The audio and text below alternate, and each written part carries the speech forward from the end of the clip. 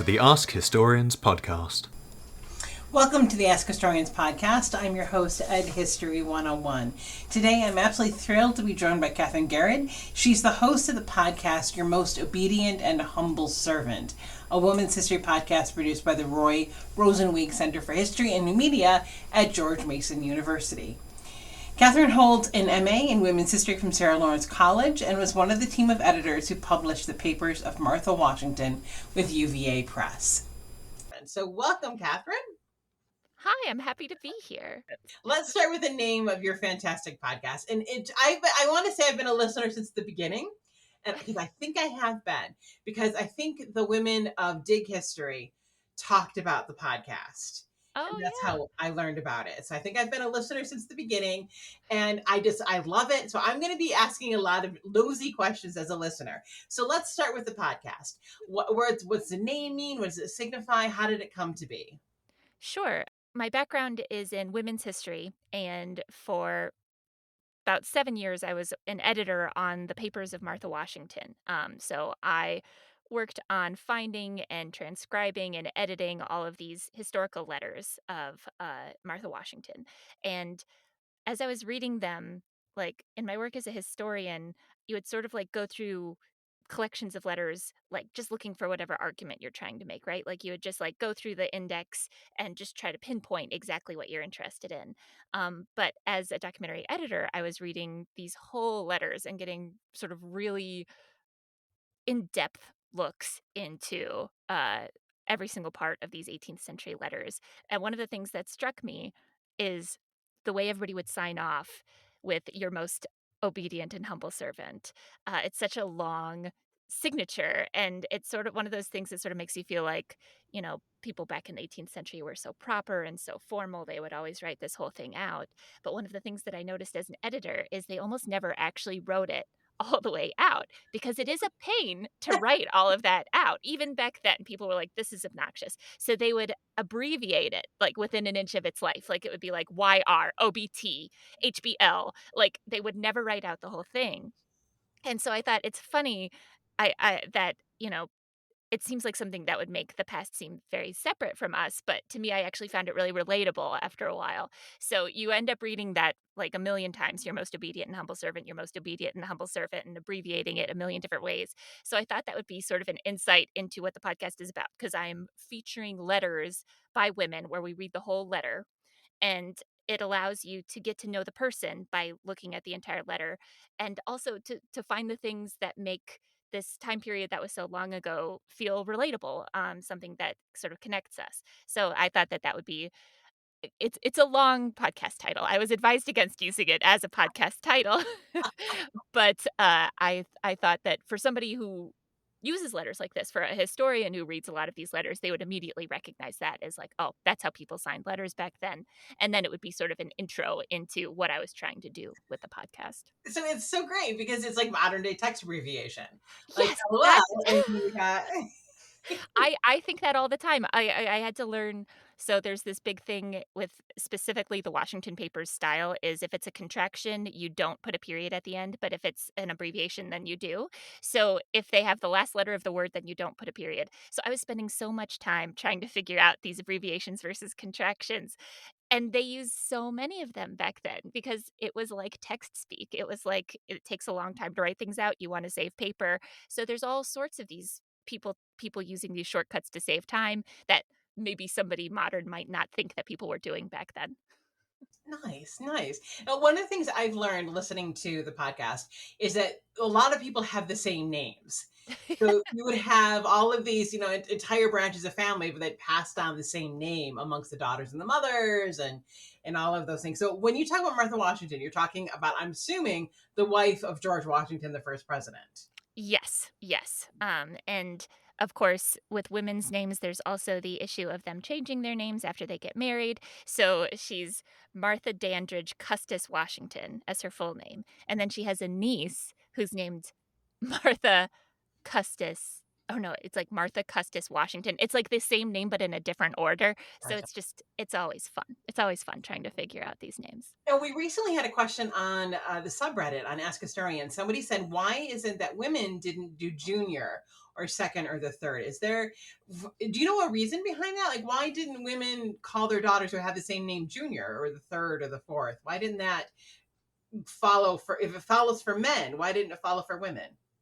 That's a great question, and I don't have, like, 100% official answer on that, but my guess would be something along the lines of the fact that a woman's name was always sort of intended to be like, this wouldn't be her name for her whole life, she would eventually be taking her husband's name, so adding that junior and senior wouldn't really help to clarify, and then also, I think, it's with so much of, names and lineage is about passing on property and marriage is about passing on property. There's a great quote in a book I read recently where it said a 18th century woman's job was essentially to hand property to the next man she married, like legally. And I think that's sort of accurate. Right, right.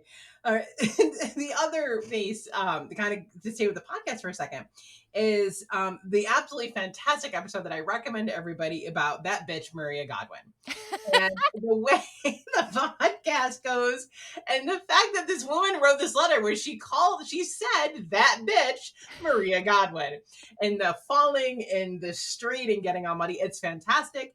And there's kind of an open loop. You don't there's the person you were chatting with, you're talking about perhaps going back and finding out more. So did we ever find out more about that bitch Maria Godwin? Well, what's so funny about this is I did my research in that episode. I tried to find out who all the key players were, and I was desperate to find out who Maria Godwin was. I was looking through Baltimore city directories and all of that, and I just couldn't find anything. So I was sort of hoping that somebody would get back to me who might have some familiarity, but has not yet happened. Oh, I did find out the curator at Monticello was able to give me more insight into the family relationships, which that is always fun when I get a knowledgeable listener that gives me nice feedback. But I haven't been able to find Maria Godwin, but her historic reputation still lives. perfect. And truly, listeners, you have got to. We'll link to it when we post the podcast. We'll definitely include it in the show notes because it really is a fantastic letter. It's a woman writing to her sister about, no, writing to a sister about another sister falling in the mud. I think those are the Yeah. and how this woman comes, and it's very very funny and it's great. And how what the hearing the description of the physical element, actually, did she fall and hurt herself or did she have a seizure? Kind of trying to figure it out through a modern lens. It's really really interesting to listen to. Yeah, thank you. I felt like I struck gold when I found that letter. I was like, "This girl's trying to be so funny." And then I saw in the middle she actually writes out that bitch Maria Godwin. That's the first time I'd seen a real swear that they hadn't like censored or crossed out. I was like, "Oh, beautiful." It's excellent. So let's take a step back a little bit from the podcast itself. I read about education history, and so I read a lot of teachers' journals and teacher letters. And one of the things I know that happens is that the teachers were often writing for an audience. So they would talk about how terrible the conditions were because they were trying to get more money for the school. Or they were praising a child because they wanted the parents to be supporters of the school and continue sending siblings. And so you can't always trust what a Mm. teacher says in a letter. So I'm wondering if you could talk about the historiography of trusting what's in a letter. How do you, as a scholar, how do you know what's true, what intentions? How do you filter through all of that? That's such a great question, and that's something that I really hope that my podcast allows us to get into a little bit more because I that's a question that comes up a lot as a documentary editor when we're writing these letters. So, as a documentary editor, my job is to get that letter as it's written into a printed page as close as I can to the way that it was originally written. So, I didn't have to sort of judge whether something was true or not necessarily. I just had to make sure that I am writing out exactly what this person wrote as close as possible. And like, it has that, it says documentary editor. We actually had somebody write to us at the Washington Papers who was mad that we were editing, the letters. They're like, "How dare you change the words of the founders?" But that's not necessarily that I mean, that's absolutely not what we do. Our point is to try to capture as accurately as we can every single word that's on that page and sort of leave it to the historian to interpret more about what does this mean? What does this say in the larger society? Sort of do more interpretive work.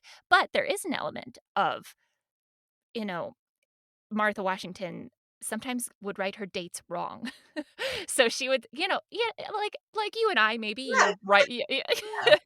I mean, with education as a student, I know I would write the wrong date on top of a paper sometimes, like, or she's writing in a letter about something that happened last week about, like, Congress rising last week, and then you look at and it's like, that's not when Congress rose. Like, you sort of have to fact check a little bit, and so what we would do is put footnotes in for things like that.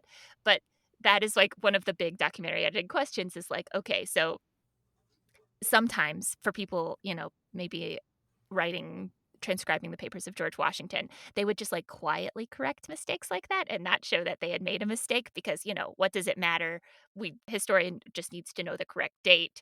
But I think it's important to write when somebody gets something wrong, a little flub. I think it sort of shows somebody's humanity. So there's an element of, like, fact checking that goes into documentary editing.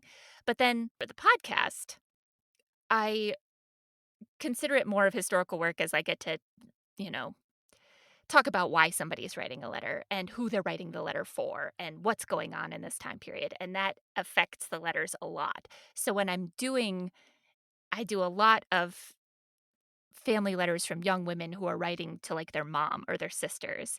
And in that case, you get a I think there's, like, an honesty to the way people write to their moms or their sisters about, like, family news and sort of gossip that you can kind of trust about somebody's feelings, not necessarily about all the facts. Yeah. And then another thing about these letters is I think that they're writing with the intention of, in some cases, being read out loud to, like, the entire family, Oh, which so say if somebody is on a trip and they're writing back to their mom about, like, how the family's doing, they're sort of intentionally at this time period specifically, they know that the rest of the family is going to be interested in that news. So they know that this letter is sort of going to be passed around to everybody. So they're writing it to their mom, but they're sort of knowing that it's going to get passed around.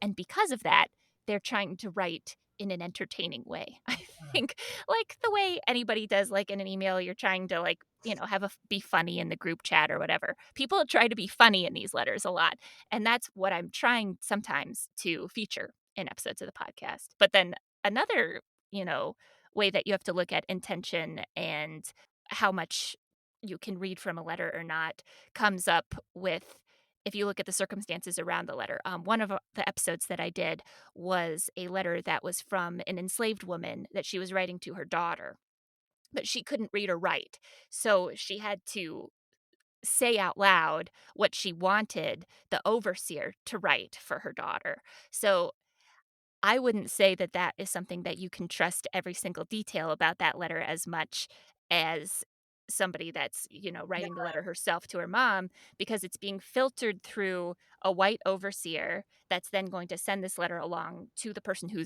enslaves her daughter to then be passed on to her daughter. So she's writing things like, you know, our generous masters, our nice masters, things like that. Something that somebody who's trying to sort of give, like, a lost cause version of, of what the American South was like, they could look at that letter and say, "Oh, look, see this, the enslaved people loved their masters. Look at this quote. It's from a letter." But you've got to look at how that letter was written, who it's being written for, how it's going to be delivered. So I think it's always always, always, always important to look at the sources, look at where it's coming from, look at the context.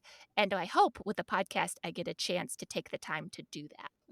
One of the things that I had to unlearn, many of us unlearn things in the work of learning about history, is the concept of the separate spheres. And we would always talk about how, women were in the home and men were in this workplace. And then I learned about the concept of Republican motherhood and how white women in early America were expected to be a part of the birth of this new nation. And it looked different than it did for men, but it was as important as what men did. It looked different.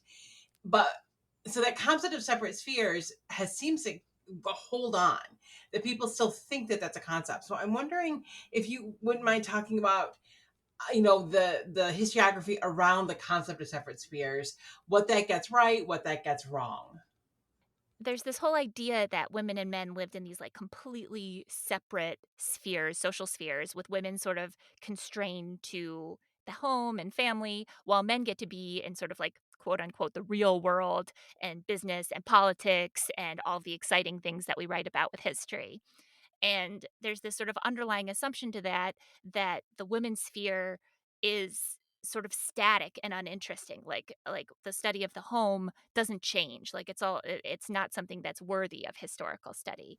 Um, and I think that there's this sort of feminist impulse to be like, no, no, no, women were out in the real world doing stuff too. Like they were, in politics and all of that. But that's still going off the idea that what there's certain things that matter historically and certain things that don't.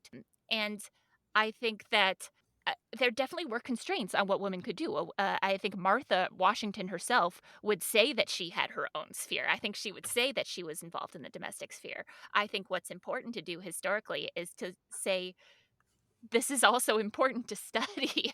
It's the everybody's involved in both the domestic world and sort of the public facing world. What Martha Washington considered the domestic world is extremely different from what I would consider like even the most trad wife version of the domestic world today. And there's really important societal shifts and historical moments that happen in the world that women are living in, even when women were actively restrained from being involved in something that would somebody consider. So I think we just need to change our definition of what's considered historically important. Like I think if you're on like a subreddit or something like Ask History, you'll see a lot of military questions, political questions, things like that. But domestic questions are important too. And significant and tell you a lot about the time and tell us about how we exist in the historical world. So I was in a women's history class when I was in undergrad, and there was a boy in it that was like, "Well, it's just not interesting." And I'm like, that yeah, a brave boy who said that That's a in a great women's history class, but I still remember it because I was like, "Well, that's just a mindset issue." That that sounds like, something that you need to adjust in your understanding of the world, and so what I'm hoping with particularly with this podcast, is to really allow you to look into the world that women were in, and it might not be political. Martha Washington was always saying, "I don't involve myself in politics," even though she did, if you look at her life. Even the world that she was moving through is still significant and effective. And it's not as though men weren't involved in the domestic sphere at all. They have children and family lives and emotions and all of that. So I think that it just the concept of separate spheres as being these two completely separate women's world, men's world thing that definitely needs to be adjusted. So I appreciate how you kind of encourage us to think about reframing what's historically important and what's how we think about what's worth studying and what's not worth studying. And that brave boy, he's changed his thinking since then. It was funny because we were joking beforehand about Martha Washington and how popular culture works. That the first thing that popped into my head was a line from Hamilton about Martha Washington naming her feral tomcat after Hamilton. And I'm curious, as someone who's an expert in Martha Washington, how does that line strike you? What are your thoughts on that particular line? Not true. Well, it's one of those things. It's something somebody said. Looking at like where the sources come from, I'm sure there was maybe she said it and it was passed down in this oral history. But I've looked at just about every single thing that Martha Washington ever wrote down or was written to Martha, and it has not come up. So I can't back that one up.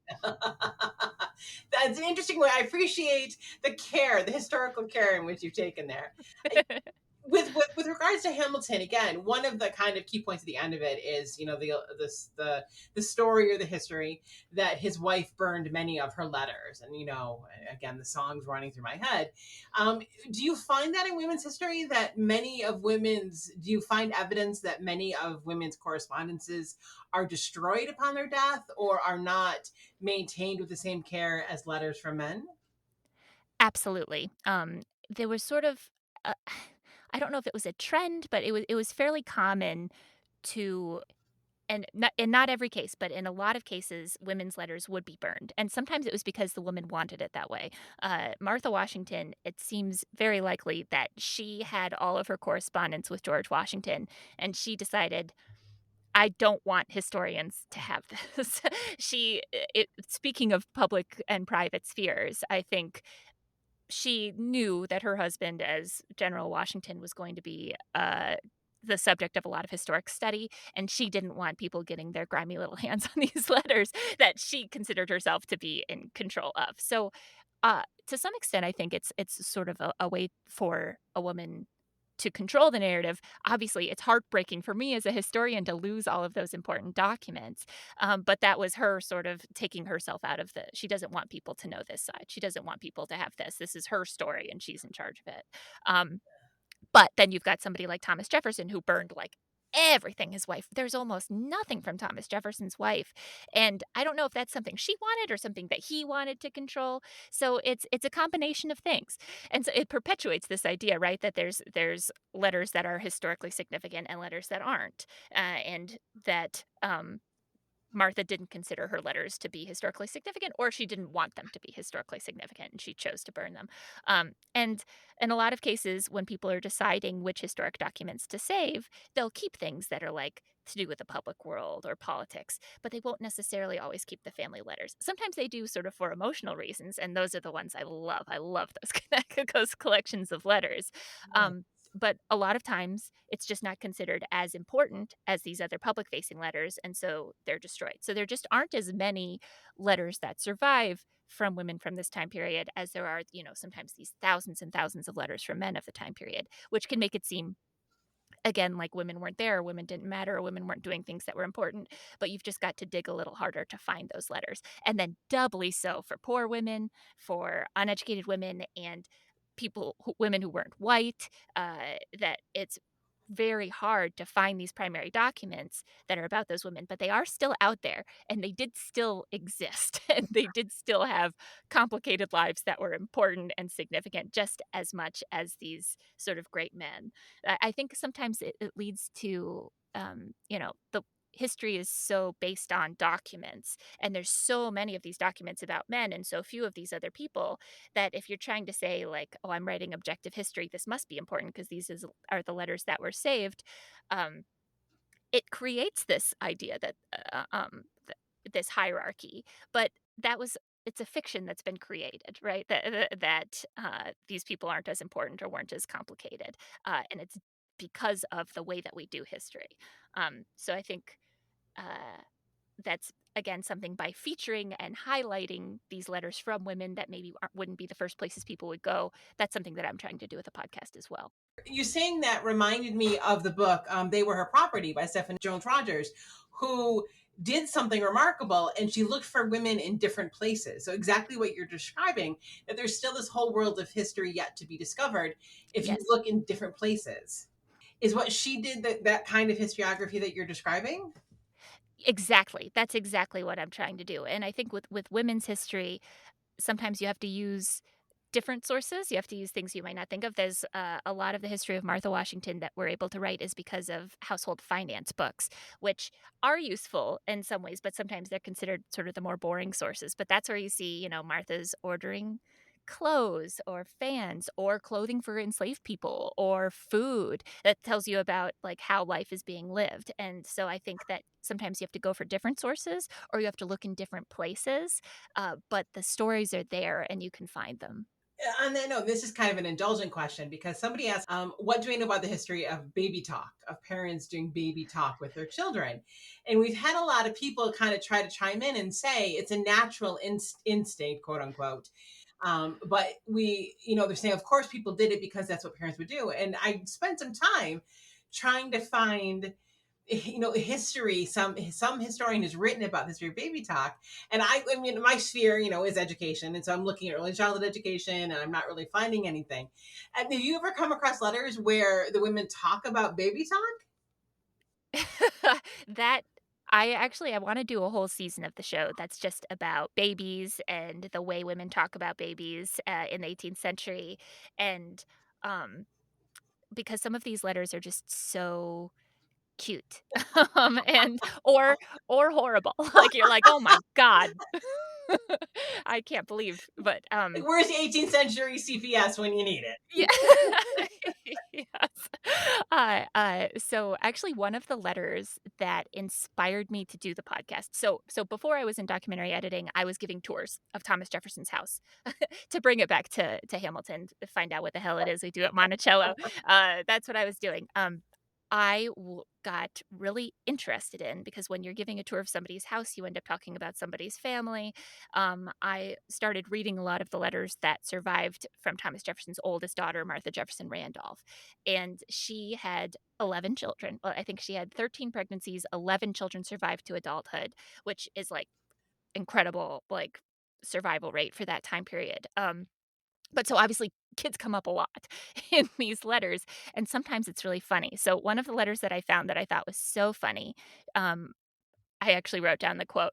Uh, Martha's writing to her dad, who's president at this point, and she's writing about her toddler children.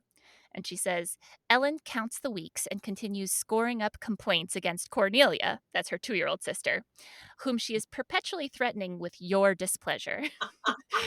She says, long is the list of misdemeanors which is to be communicated to you, amongst which the stealing of 2 potatoes, carefully preserved 2 whole days for you, but at last stolen by Cornelia, forms the weighty article. It's so great. It's this 18th century version of I'm telling dad on you when you get Yes. home. When he gets home. She's like, Grandpa will find out that you stole these 2 potatoes, and he's gonna be so mad. And I'm just loving what's this toddler doing stealing potatoes? All of it is just so cute to me. And there's another one where she talks about, oh wait, I gotta look this one up. Sorry. No problem. She I don't know if it's necessarily her talking baby talk to her child, but there's one where she's like quoting what her son toddler boy says, and she says, uh, I'm gonna find this one. Yeah. That's a great sign when you chuckle as soon as you open it. Yeah, sorry. So this is actually, so that Ellen, who was a toddler in the previous letter, Ellen grows up and has her own family. So this is a letter from Ellen, now an adult with a child, writing to her mother. And she says, Ellen's writing about her daughter. She says, she has a large pink hat, which was the joy of her life until a boy in the street told her it looked like a balloon. The next time she went to walk, she came to me for a stick that she, quote, might kill the boy who said her hat looked like a balloon. Wait. Sorry. I just love this picture of this little girl demanding a stick so she can. She's like, I need a stick to kill this boy who said my hat looked like a balloon. And she writes it balloon, like the little baby talk voice. Oh my goodness. Absolutely. So these are the letters that, like, these don't get quoted in history books all that often. That's not a huge historic moment that's being quoted, but it's so funny and it's so relatable. And so I think that by looking at letters like this, it tells a lot about the history of the family Yeah. in like personal way that you don't get in a lot of other ways. Absolutely. I was once doing a project about the history of school bells, and I came across, child study, starting in the late 1800s, early 1900s. And so for a period of time, early child study people would transcribe exactly everything a child said. And there was one child talking about the school bell, and they spelled it SKOOLBWELL. So when you read it out loud, it was like school bell. I just love the idea of that attention to detail for children. And children's history is just one of those things that's it's kind of so new. And I had to explain to someone in the subreddit recently that there was a Society for the History of New York City that was founded before a Society for the History of Childhood, that was still kind of figuring out the history of childhood and kind of figuring out. Yeah. But I will totally second. I mean, if you need a thumbs up from the listening audience and an entire season devoted to babies and children, oh, yes, please, please, please. I think that would be fantastic. Well, I mean, like I said, 13 pregnancies, 11 children survived. I mean, these women are not, it's not just cutesy stuff. Sometimes women are writing about these pregnancies as a curse because there's no birth control, there's no reliable, methods of sort of family control. So sometimes when they're writing about like Abigail Adams' little sister gets pregnant when she's, I think, in her 40s, and Abigail's so mad about it. I mean, it's not always sweet, but it's like a whole different world. But yeah, I think there's a lot. It's a rich text. No, definitely. So I kind of want to pick up and kind of revisit, kind of thinking about the larger picture of women's history and things of that nature. And, as you're talking about these women's letters and Martha Washington and, being an enslaver and her relationship with the enslaved women and the letters that they could not write, that they were denied from writing. I'm Mm. thinking of Sojourner's Truth, and even her speech that's titled in popular history, Ain't I Woman, probably isn't what she said. She probably said, Yes. I am also a woman, or in a Dutch accent, art I a woman as well? And so how it's been, kind of corrupted over time. And so I'm thinking about, even in that period of time, enslaved women recognized their existence as women, and they recognized that they were women, but they were denied the protection offered to white women. So I'm wondering if you could kind of say more about how those, to go to Spears again, about how you kind of see overlap or disconnect, or the relationship between these white women who had hard lives, the 13 pregnancies, but they didn't have the lives that enslaved women have, or other non-white women had. Kind of what your experiences, what your thoughts are on the overlap between those two groups of women. Fantastic question. I think that is something that has, from the day I decided to do a podcast, been a central focus of why I want to do this podcast and how I want to do this podcast. Because when I'm reading these letters that are so relatable and cute and fun and all of that, I think it could be used to sort of overshadow the fact that these women were enslaving fellow human beings. So, I mean, that letter from Ellen is so cute and funny and so relatable. But if you read what Thomas Jefferson's granddaughter Ellen writes about Black people, it's pretty awful. Oh. So I wanted to make the podcast where I would read the whole letter in full, so I don't have the ability to edit out the sides where they talk about slavery. And it gives me a chance to talk about slavery as it comes up in these letters and sort of, in some cases, foreground it. And uh, I think that doing that is, I mean, it's essential in saying, like, how we know the things that we do know about enslaved people. I think you make a great point that these are people who were not allowed to learn how to read or write, and so we can't necessarily get enslaved people's perspective from their own hands very often. But if you are if you are doing history with the intention of looking at these stories and you find those references to slavery and you try to figure out, remove yourself from the white woman's perspective and try to see what's going on from that person's perspective, it can be hugely valuable. There was one case that came up as I was doing research into Martha Washington.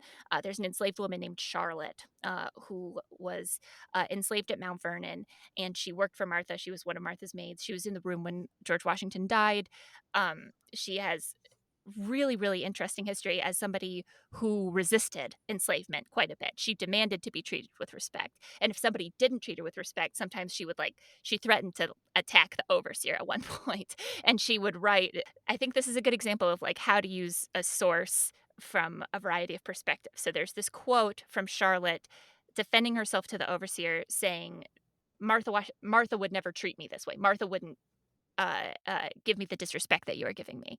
And so that has been pulled out. That little piece of that quote has been pulled out to say, look at Martha being such a kind enslaver, which that's not the point that you want to get from that letter. If you read the rest of that letter, the overseer talks about, he says he would break her spirit or skin her back, and he whips her brutally. And he writes to George Washington and says, is this all right that I did this? And George Washington writes back and says, yes.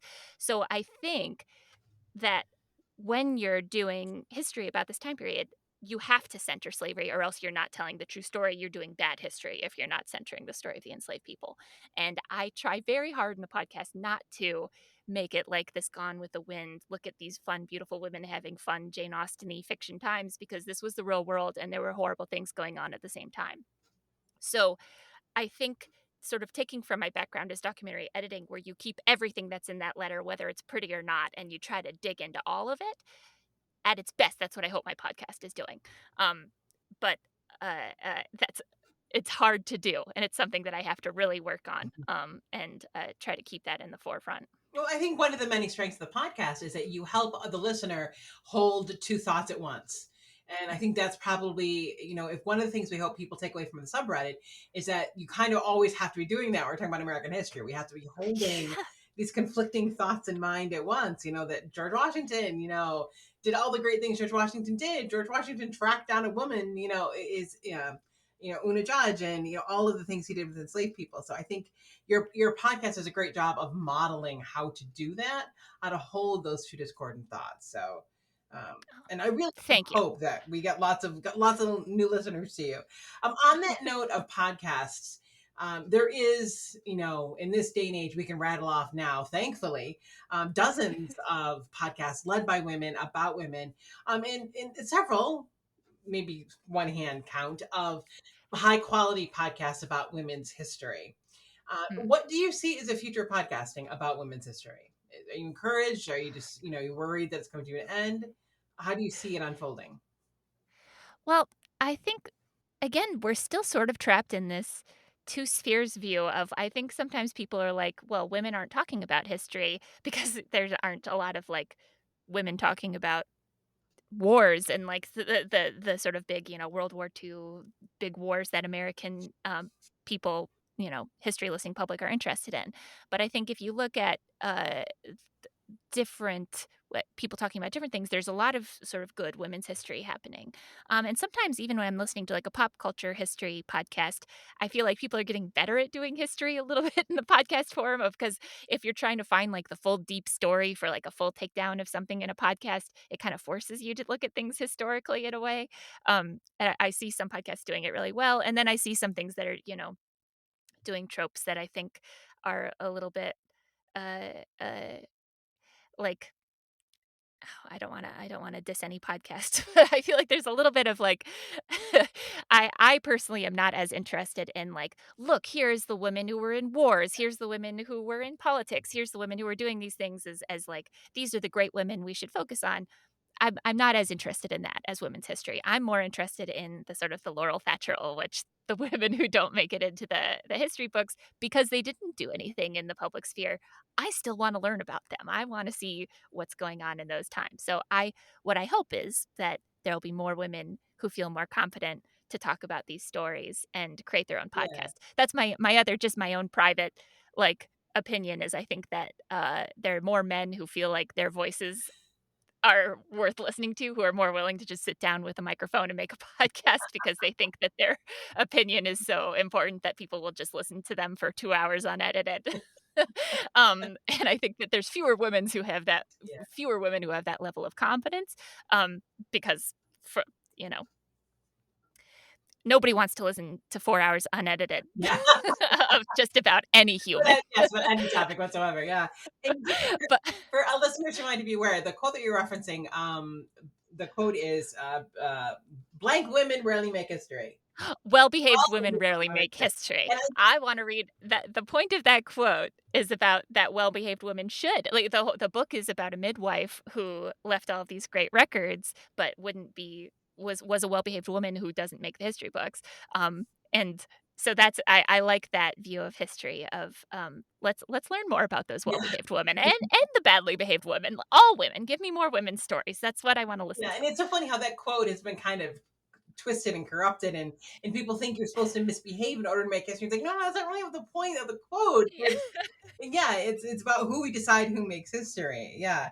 And it is tough because a lot of times one of the things we have to remind people on the subreddit is whenever there are people, there are going to be women. So Yeah. women are part of war because people are a part of war. It's Uh-huh. not just women, like you said earlier about politics. It's not just women doing the things that men do, and therefore that makes it worthy of study. It's that women were living full lives in amongst the other people who are doing these other things, doing the thing. And I think that's such a, again, to go back to having to hold multiple ideas in our head. Yeah. One thing I do want to kind of just clarify, and this was an entirely semantic question for you. I thought you made documentaries. So the first one we were emailing back and forth about, I'm like, oh, that's cool. She also makes documentaries.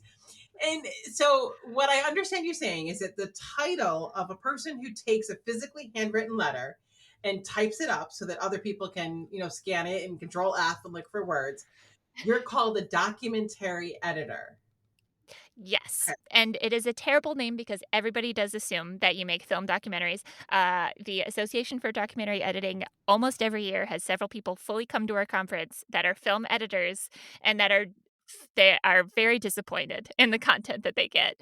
Um, but there's just we haven't been able to find like a better word Why for it. not But so transcriptionists? Is this uh, transcription well, different?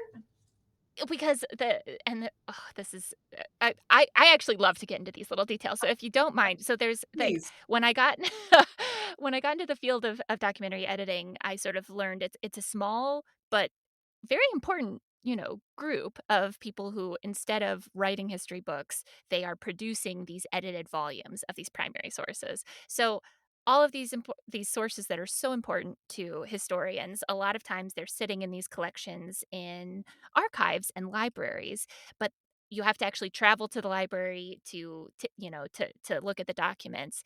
And ever since the beginning of America, there's been this effort to just take these collections of documents and transcribe them and publish them in books. So you've got your primary edited documents collections, your papers of George Washington, papers of James Madison, the papers of the ratifications of Congress, things like that. So it is a specific field that it's not it's different, but it's closely tied to history that is deciding what documents get published in these collections, actually transcribing them, finding these footnotes. And so part of the reason you see so many great books in America about the founders and specifically like biographies of founders is because that was the first big push to get those books published. There have been published collections of these guys' letters since like 1850. Huh.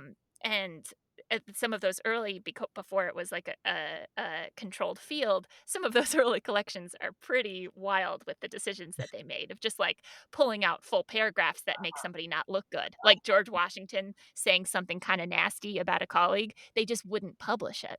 And so there became this field that was like, no, you have to follow these rules. You have to write down exactly what they wrote.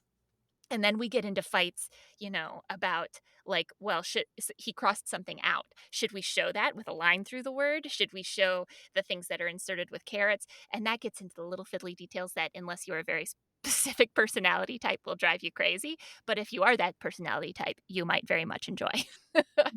But so it's like that it is a whole field that is dedicated to just publishing these letters. And at this point, they're called documentary editors. But I think if you looked at um, like even just what history was in like the 1880s, a lot of these people were just doing that documentary editing work. If you like, there's a lot of old historical journals that you look through where it's just people being like, hey, I found a cool document, I transcribed it, get that published in a journal, and that's your whole thing. But now I'd say it's two pretty specifically separate Oh, fields. that's fascinating. So I was trying to make a connection to some resources that I had, and I was wondering, is this that kind of thing? So one of the books that I regularly consult is called "The School in the United States: A Documentary History," Yeah. edited by James Fraser. So is that an example from your field? Yeah, yeah, exactly. And and there's also a split between historical documentary editors and uh, literary documentary editors. Like they're people who publish the letters of authors and publish like earlier editions of fiction books. And there's fights between those groups on like the correct way because for something like an earlier version of a book of like of a classic novel, you want to emphasize different things than somebody who's publishing a letter from a school. But so yeah, it's I think you should bring in some documentary editors to this podcast. You get some really interesting insights into things. And one of the things that it gives you is this really specific kind of focus on, like, if a documentary editor is looking at a historic document, if the person in the letter mentions like a friend, you've got to look up who that friend is. You've got to look up where they live and all of that. And it's a level of detail that's really helpful for the historian eventually, so that the historian doesn't have to do all that work themselves.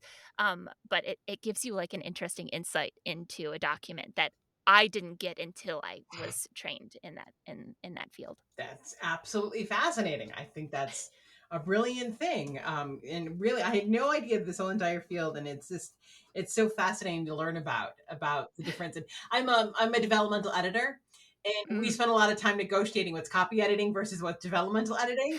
Yes. It's the same sort of Yeah, thing.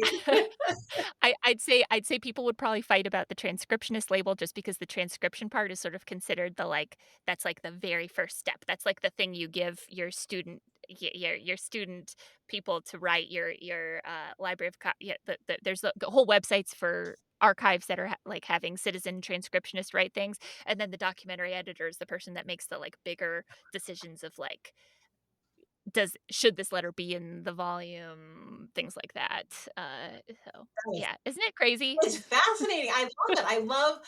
I love the complexity of the field of history and looking at the human past. I mean, it's so fascinating to learn. And again, I started off with praise and I'm going to end with praise. I adore the podcast. Every time it pops up in my queue, I get excited. I laugh very hard at some of them, reading the original word, hearing the original words, and the conversations you have with your guests just about how the history is done, about the full lives of these women and how they interact with the bigger society. And I think the title is great. Your most obedient and humble servant. That is absolutely fantastic. So, Kathryn, thank you so much for joining us today. And we'll include a link to the podcast. Is there anything you'd like to share about anything you're working on, or where anyone can find out more about what you do?